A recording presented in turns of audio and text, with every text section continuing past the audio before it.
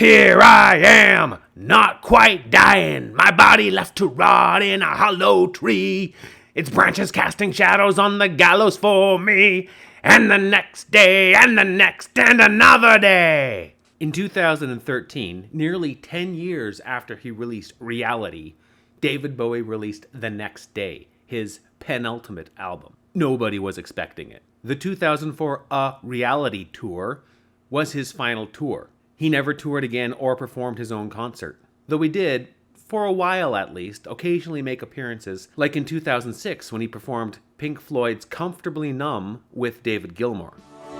Okay, just a little pinprick, there'll be no more.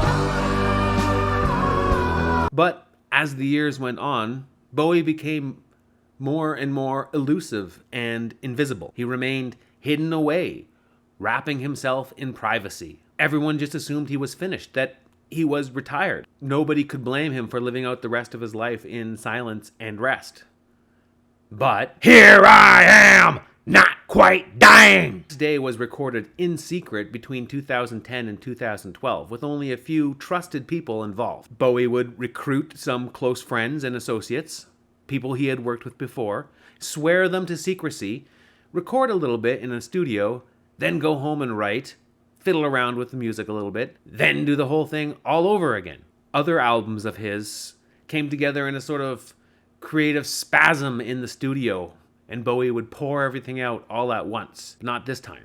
The Next Day took longer, perhaps because music was not the only thing on Bowie's mind anymore, perhaps because the creative process had simply changed, perhaps he just wanted to take his time and make sure he got everything just right. Then, finally, he broke his silence. On January 8th, 2013, without any prior warning or even a press release, Bowie released the first single, Where Are We Now? A haunting and meditative reflection on the difference between Berlin as it is now and Berlin as it was in the 70s when Bowie was there recording Low, Heroes, and Lodger. Where are we now? Where are we now?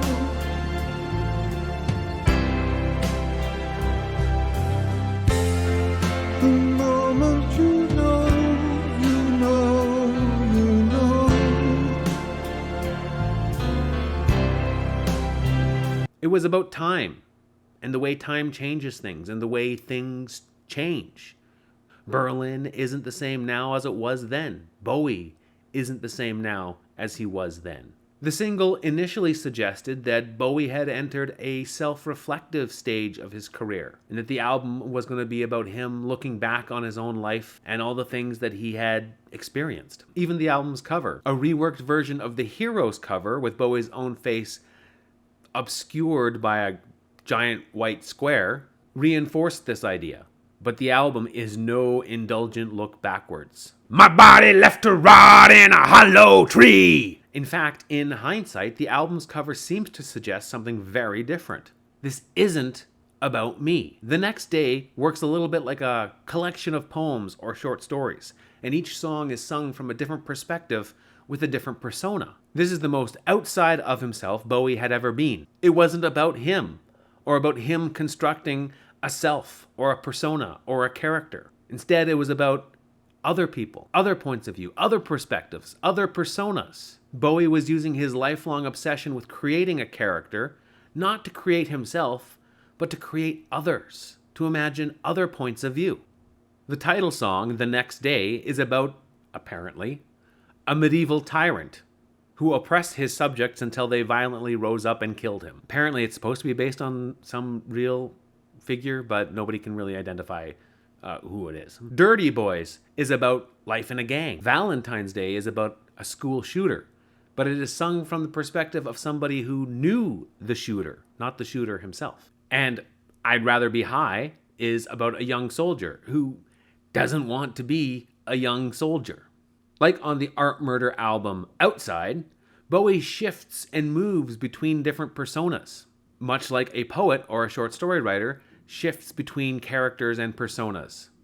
Not as a way to explore and understand the self, but as a way to explore and understand other people. Bowie had spent his entire career trying to create and craft a persona that worked for him. He was trying to create a self, his self. But now, as he was approaching the end of his career, and he knew he was approaching the end of his career, he began to look outside, not in the Nathan Adler sense of the art, murder, mystery sense, but he was looking at other people and trying to understand who they were. Its branches casting shadows on the gallows for me. But here's the thing, and this actually ties in with why I became obsessed with Bowie and have thrown myself so thoroughly into his music. Exploring other people is a way of exploring ourselves. Self-creation and self-reflection are good. We need to do those things. But if we aren't careful, they can turn into self-obsession and solipsism. Something Bowie certainly knew a thing or two about. Station to station. Station to station. One of William Blake's proverbs of hell, one of my favorites, is, "The most sublime act is to set another before you," which I have always taken to mean literally. The most sublime act, the act that opens up the mysteries of the universe to us, is to actually physically put someone in front of you and look at him. Really look at him and see him as a person, a real person. Not as an object, but as another subject. To see the world in a grain of sand. To see the miraculous divinity of another person. To get outside our own heads and imagine what things look like from someone else's point of view. The next day is held together not by a singular consciousness or persona, but by Bowie's own poetic imagination.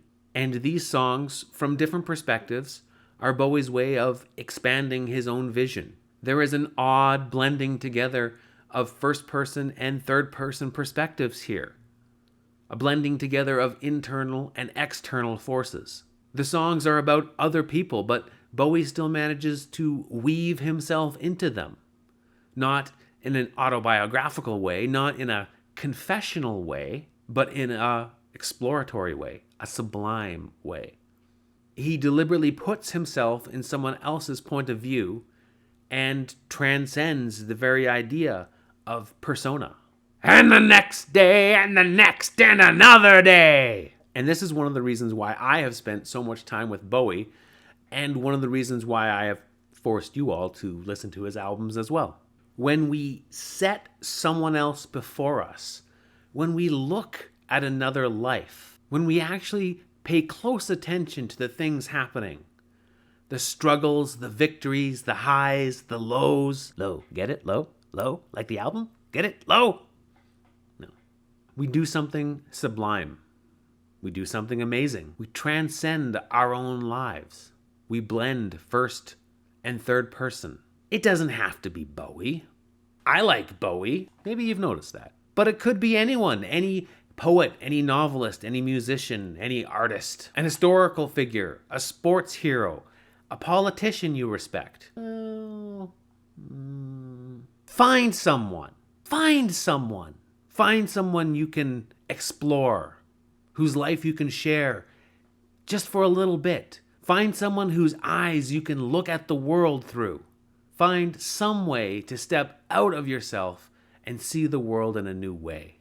When you do this, the world gets a little bit bigger, a little more exciting. There are new possibilities.